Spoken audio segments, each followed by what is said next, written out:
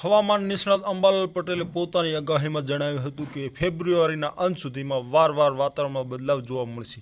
આગામી સમયમાં બંગાળના ઉપસાગર અને દેશના ઉત્તર પૂર્વીય પ્રદેશમાંથી પવન આવી રહ્યા છે, જેના કારણે 14 ફેબ્રુઆરી સુધી વાદળછાયું વાતાવરણ રહેશે।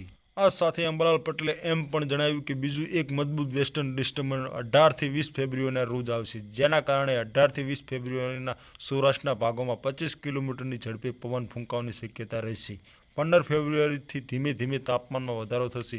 18 થી 20 ફેબ્રુઆરી પવનની વધુ રહેશે અને હાલ ગુજરાતમાં ડબલ ઋતુઓનો અનુભવ થઈ રહ્યો છે। સવારે અને રાતે ઠંડીનો અનુભવ થાય છે, જ્યારે બપોરે ગરમીનો અહેસાસ થાય છે। આવા હવામાન વચ્ચે ગુજરાતીઓ પણ મૂંઝવણમાં મુકાઈ ગયા છે। ફેબ્રુઆરીમાં ઠંડીના બદલે ગરમી કેમ પડી રહી છે, ત્યારે જાણીતા હવામાન નિષ્ણાત અંબાલાલ પટેલે ફેબ્રુઆરીના બાકીના દિવસોમાં ગુજરાતનું વાતાવરણ કેવું રહેશે તે અંગેની આગાહી કરી હતી। અને ચેનલ પર નવા હોય તો ચેનલને સબસ્ક્રાઈબ કરી અને લાઇક કરીને શેર કરી દેજો।